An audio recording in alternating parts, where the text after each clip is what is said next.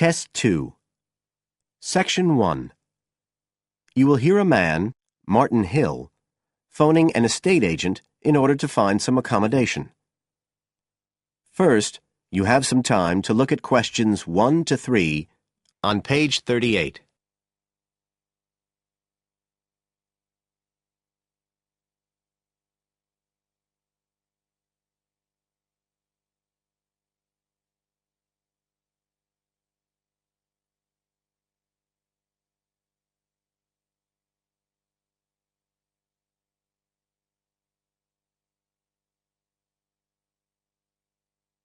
You will see that there is an example which has been done for you. On this occasion only, the conversation relating to this will be played first.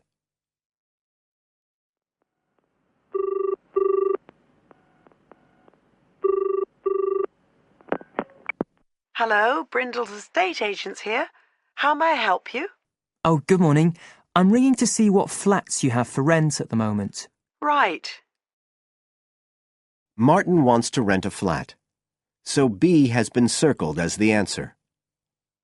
Now we shall begin. You should answer the questions as you listen, because you will not hear the recording a second time.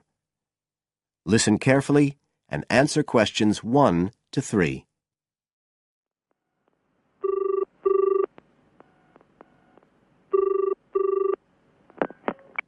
Hello, Brindle's estate agents here. How may I help you? Oh, good morning. I'm ringing to see what flats you have for rent at the moment. Right. Can I start by just taking your name, Mr. Hill. Martin Hill. Right. And are you looking for a flat for yourself or, a family, perhaps? Well, it's for 3 of us, myself and 2 friends. We're going to share together. I see. What about employment? Are you all students? Oh, no, we've all got full-time jobs. 2 of us work in the central bank, that's Chris and me, and Phil, that's the other one, is working for Hallam Cars, at the factory about 2 miles out of town.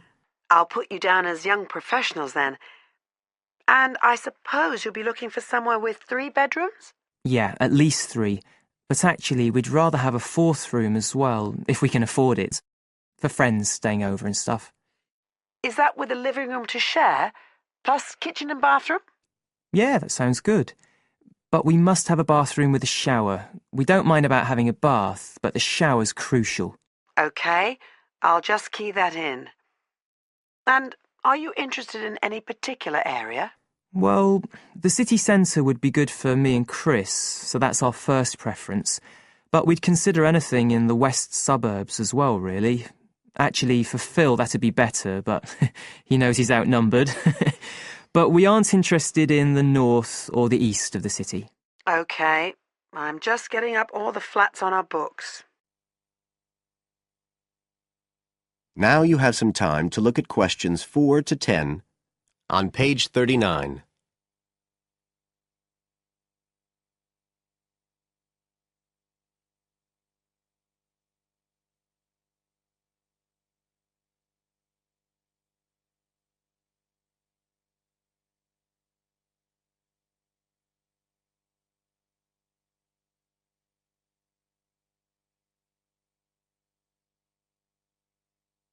Now listen and answer questions 4 to 10.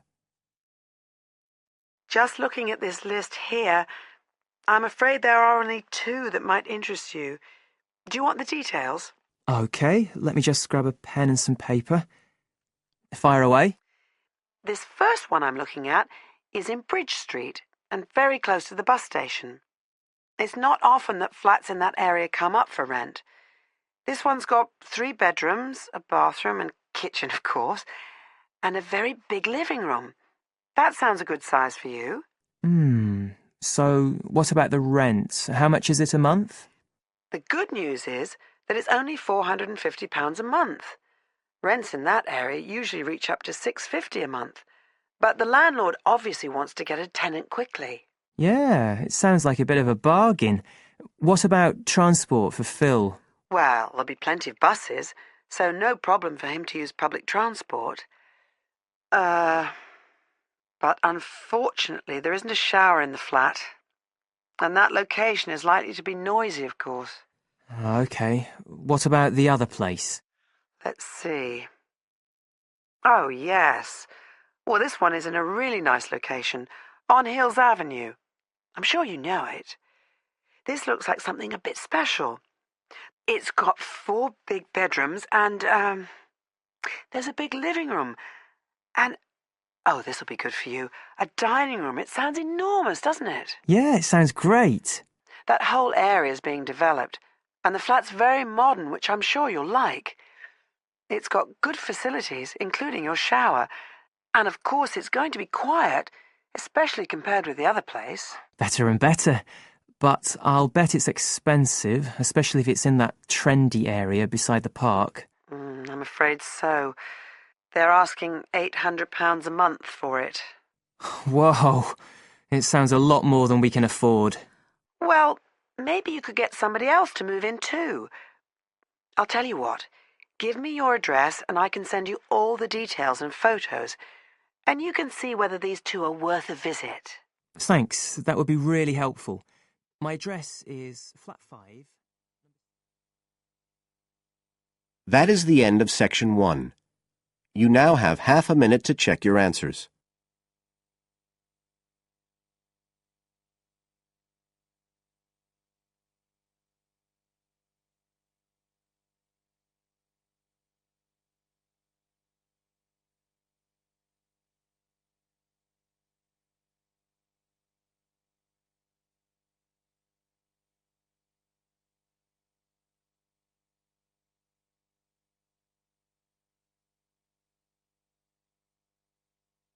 Now turn to section 2 on page 40.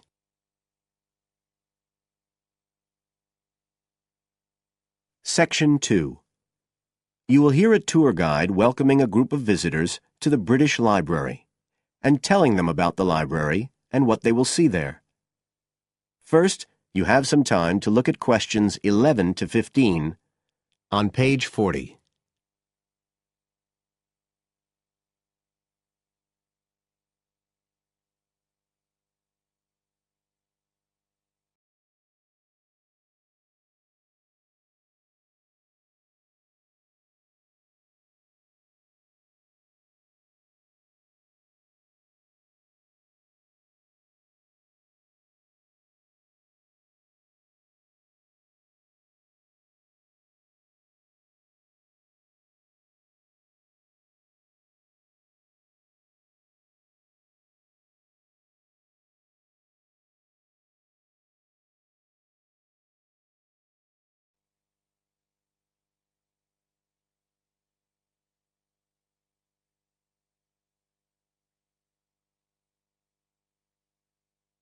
Now listen carefully and answer questions 11 to 15. Good afternoon, ladies and gentlemen, and welcome to your very own tour of the British Library on this lovely afternoon. My name is Tony Walters, and I'm your guide for today. Could I please see your tickets for the guided tour?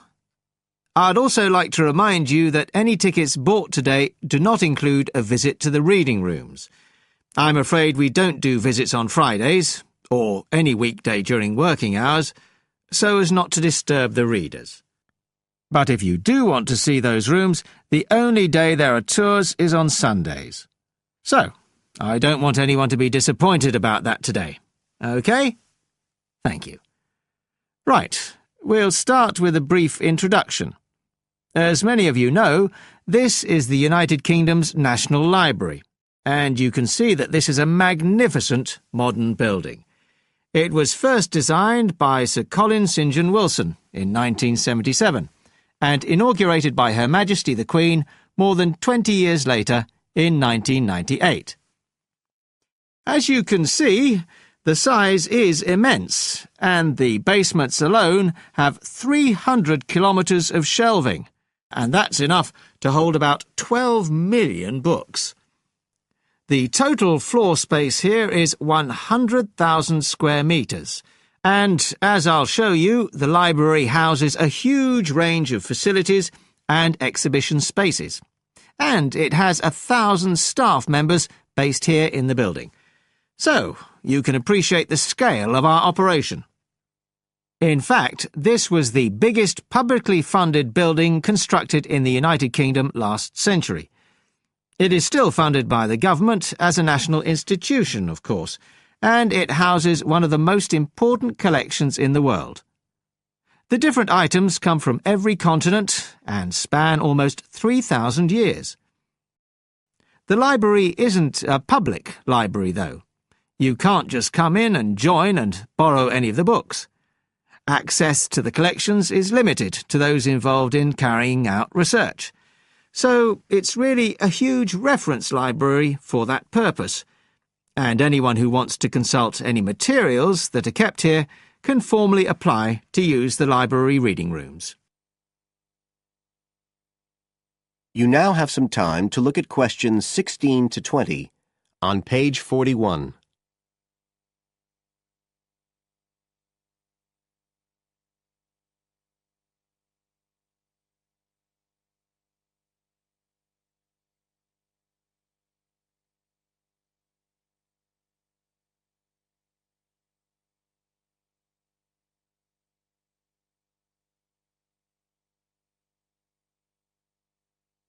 Now listen and answer questions 16 to 20.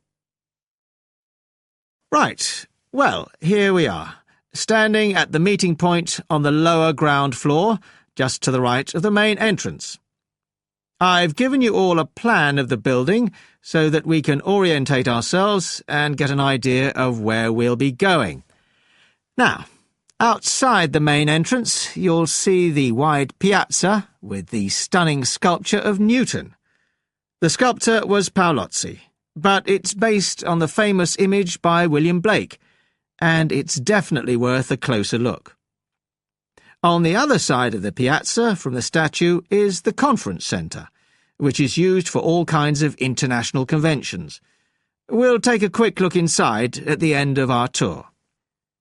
Looking ahead of us now, you'll see that we're standing opposite the staircase down to the basement, where you'll find the cloakroom, and to the left of that, we have the information desk, where you can find out about any current exhibitions, the times of the tours, and anything you need to know, if you don't have a tour guide.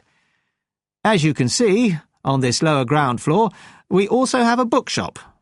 That's the area over to the left of the main entrance. You'll be free to browse there when we get back to the ground floor. Now, opposite the main entrance on this floor, we have the open stairs leading up to the upper ground floor.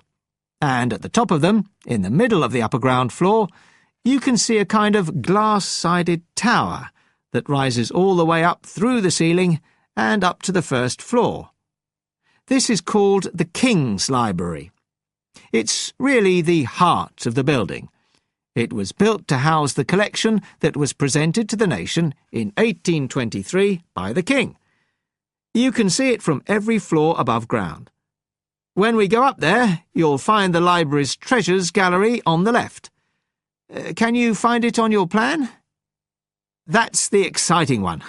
So we'll be visiting that first, but we'll also take a look at the stamp display situated behind it on the way to the cafe. A lot of people miss that. The cafeteria runs along the back of the floor, and in the right-hand corner, you'll find the lifts and toilets. Always good to locate them.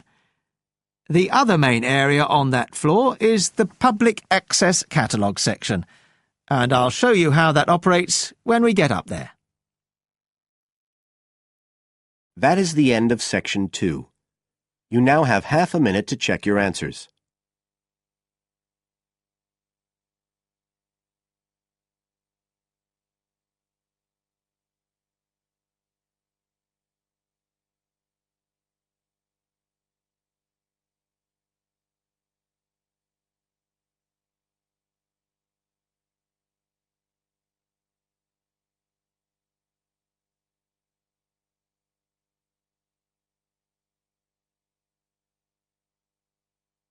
Now turn to section 3 on page 42.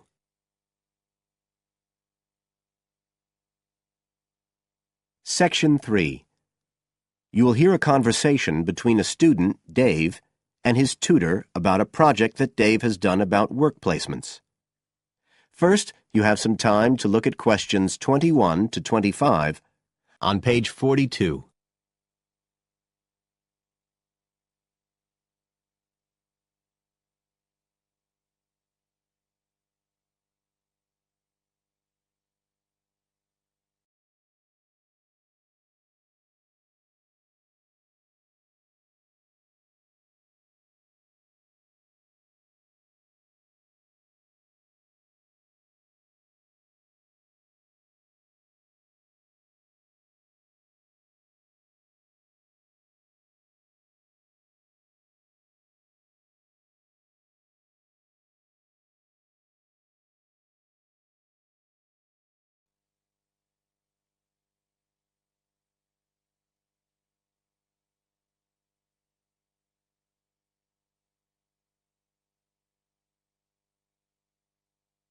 Now listen carefully and answer questions 21 to 25.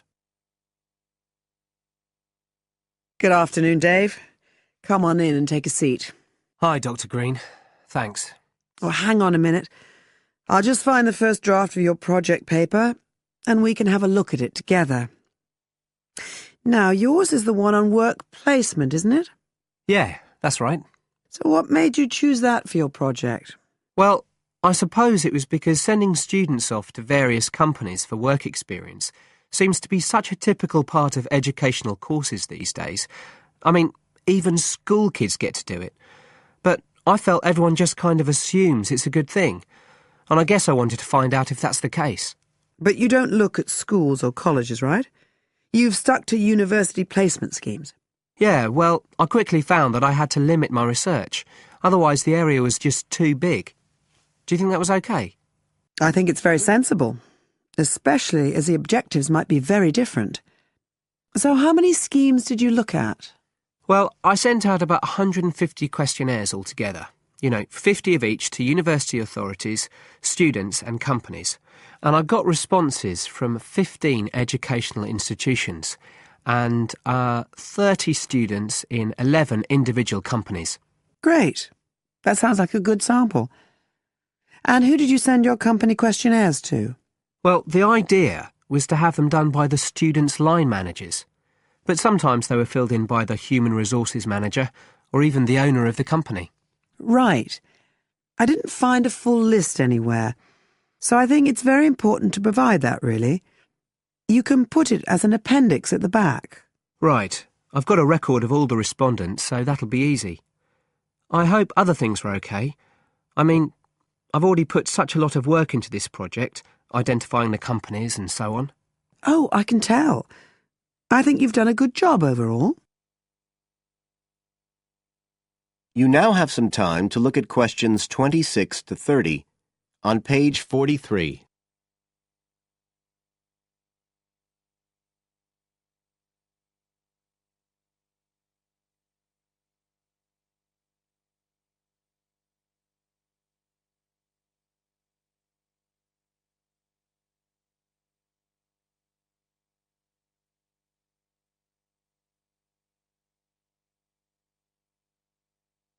Now listen and answer questions 26 to 30.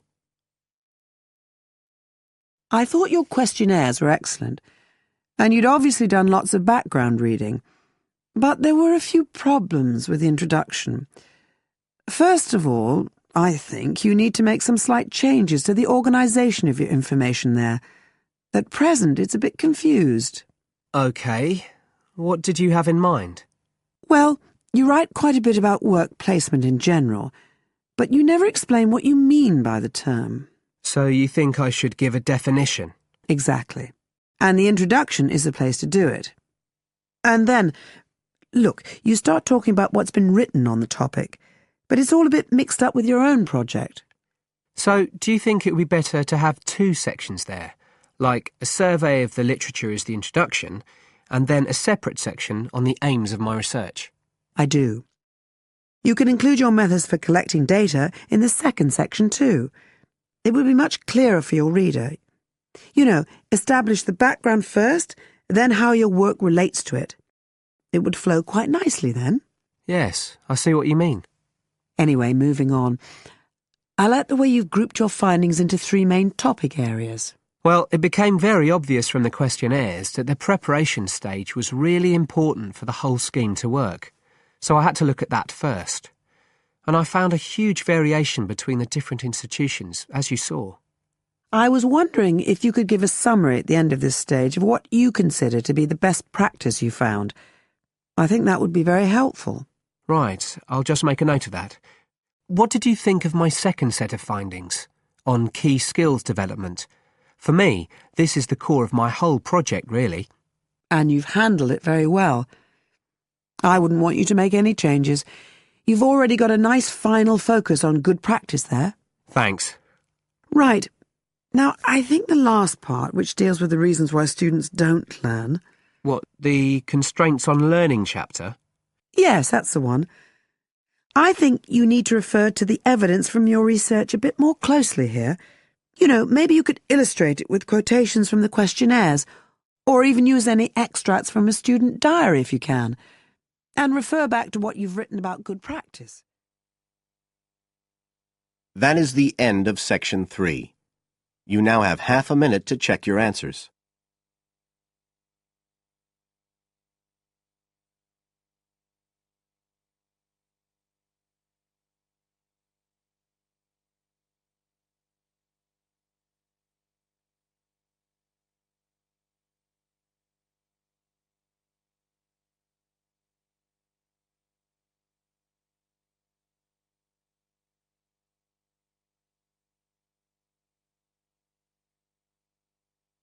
Now turn to Section 4 on page 44.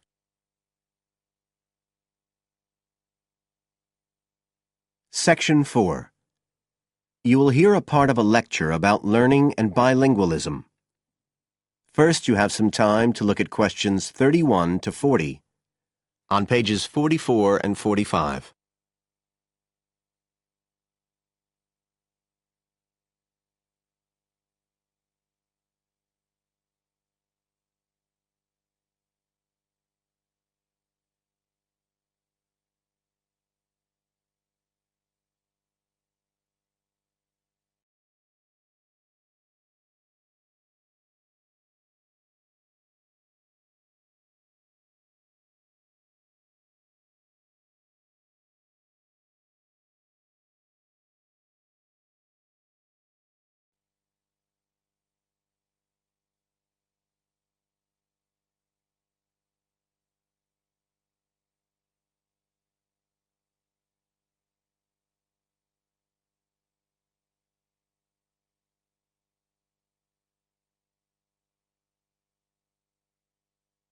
Now listen carefully and answer questions 31 to 40.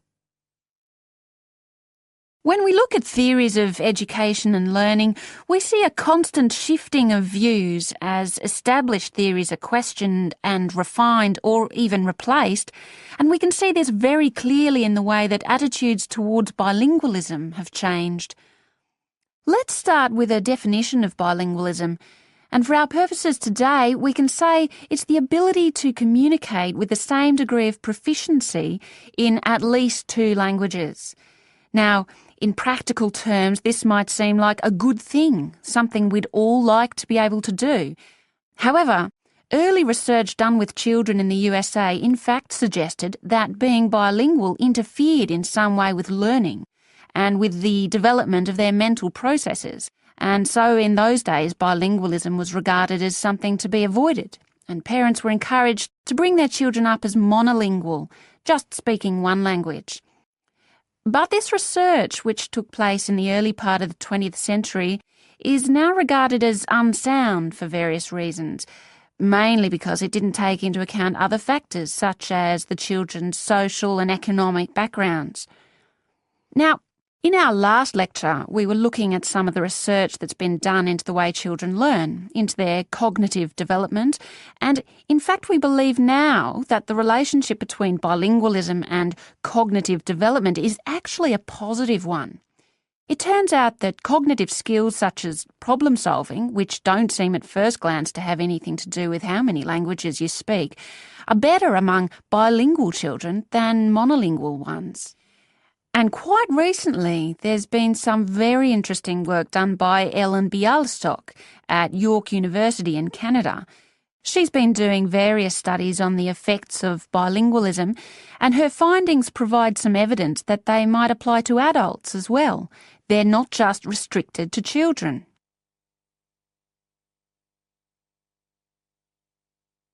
So how do you go about investigating something like this?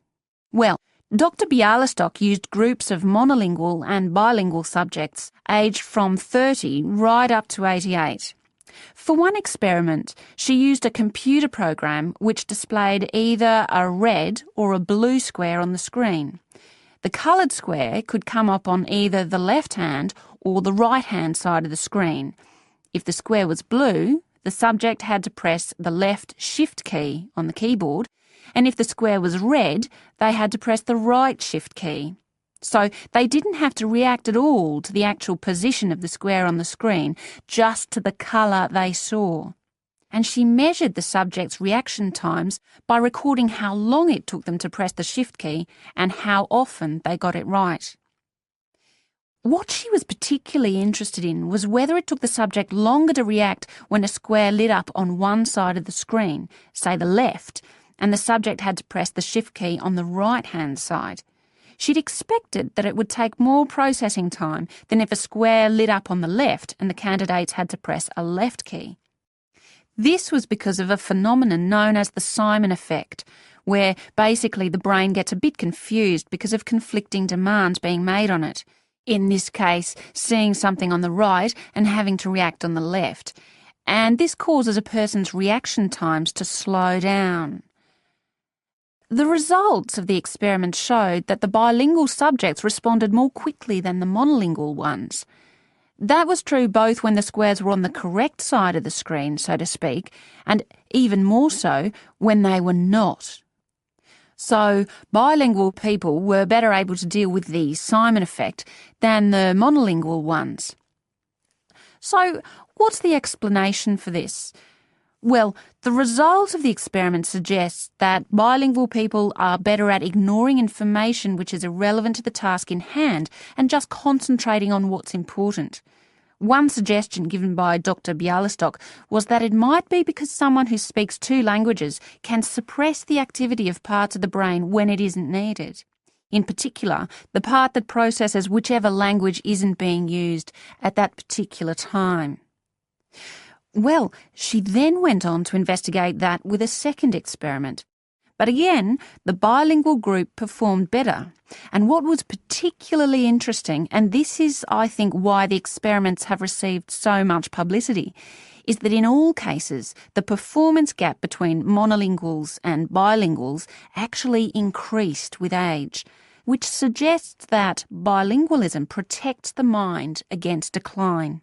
So, in some way, the lifelong experience of managing two languages may prevent some of the negative effects of ageing. So that's a very different story from the early research. So what are the implications of this for education? That is the end of Section 4. You now have half a minute to check your answers.